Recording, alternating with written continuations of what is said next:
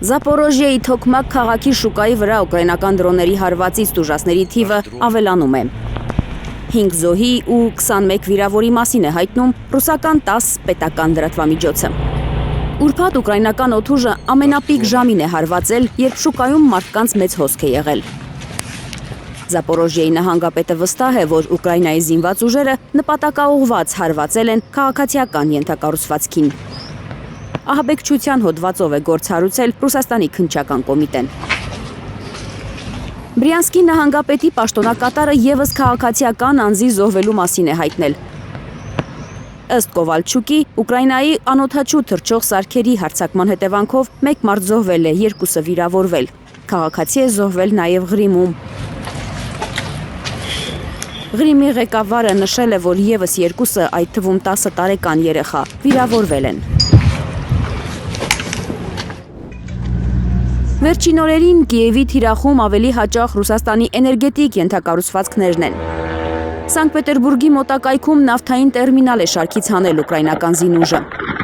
Հարվածը հասցվել է անօդաչու թռչող սարքով։ Զելենսկին հպարտացել է, որ հեռահար հարված է հասցրել Պիտերին։ Ուկրաինայի պետական սահմանից հեռավորությունը ավելի քան 850 կիլոմետր է, ասել է Ուկրաինայի նախագահը։ Ռուսաստանը պատասխան հարվածներով ոչնչացնում է Ուկրաինայի էներգետիկ օբյեկտները։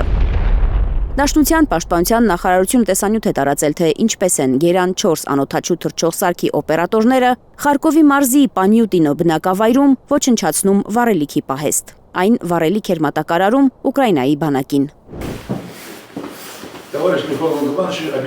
Խարկովին հասցված հարվածը հաջորդել է զինվորականների հետ Պուտինի հանդիպմանը։ Ռազմական հագուստով է Ռուսաստանի նախագահը գնացել Զորքերի միացյալ խմբավորման օժանդակ կառավարման կետ, որտեղից հայտարարվել է Կոնստանտինովկայի նկատմամբ վերահսկողություն սահմանելու մասին։ Ռուսական զորքը դրոշ է բարձրացրել Կոնստանտինովկայի գրեթե բոլոր շրջաններում՝ Յուժնիում, Ցինկովի ու կենտրոնական շրջաններում, ինչպես նաև քաղաքի պատմական կենտրոնում՝ Նախալովկայում։ Խոշոր արդյունաբերական եւ վարչական կենտրոնի գրավումը մուտք է բացում դեպի Դոնբասում գտնվող Կիևի վերջին ամրոցը, հայտարարել է Դաշնության զինված ուժերի շտաբը։ В целом Константиновка была наиболее укрепленным. Կոնստանտինովկան Ուկրաինայի զինված ուժերի ամենաամրացված եւ էշելոնավորված պաշտպանական տարածքն էր։ 2025-ին այն հռչակվել էր Ուկրաինայի հերոս քաղաք։ Կոնստանտինովկան եւ նրա շրջակայքը պահելու համար թշնամին ձևավորել էր 45 գումարտակից բաղկացած տպավորիչ խումբ, մինչեւ 15500 զինծառայողով։ Չնայած Ուկրաինայի զինված ուժերի հրամանատարության ձեռնարկած միջոցառումներին, ուկրաինական ստորաբաժանումները չկարողացան պահել քաղաքը։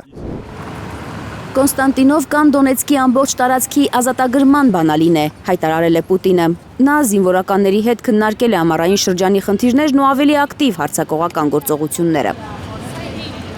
Планово идет создание полосы безопасности в приграничных районах Харьковской, Сумской. Խարկովի, Սումեի եւ Դնեպրոպետրովսկի մարզերի սահմանային շրջաններում անվտանգության գոտու ստեղծման նախատեսվող աշխատանքներն ընթացքի մեջ են։ Որքան շատ թշնամին հարձակվի ռուսական ենթակառուցվածքների վրա, այնքան ստիպված կլինենք մեծացնել անվտանգության գոտին։ С начала этого года российскими войсками освобождено. Տարածքզբից ազատագրվել է 133 բնակավայր։ Ռուսական բանակը վերահսկողություն է հաստատել Դոնբասում եւ Նովորոսիայում։ Մեր հողերի ավելի քան 3000 քառակուսի կիլոմետրի նկատմամբ։ Сегодня в ходе Պուտինը չի բացառել, որ Կիևը փորձի դիվերսիոն գործողություններ ձեռնարկել եւ զինվորականներին հանձնարարել է պատրաստ լինել դրանց, շարունակելով Ուկրաինայի ռազմաարդյունաբերական ենթակառուցվածքների ուղղությամբ գրոհները։ Կիևը Կոնստանտինովկայի կորուստը չի հաստատել։ Միևնույն ժամանակ Ուկրաինայի զինված ուժերի գլխավոր շտաբը հայտարարել է, որ հետ է մղել Ռուսաստանի Դաշնության զինված ուժերի 24 հարձակում քաղաքի ուղղությամբ։ Թերեզա Կադաևչյան, Անի Ղանդիլյան, Հայլուշ։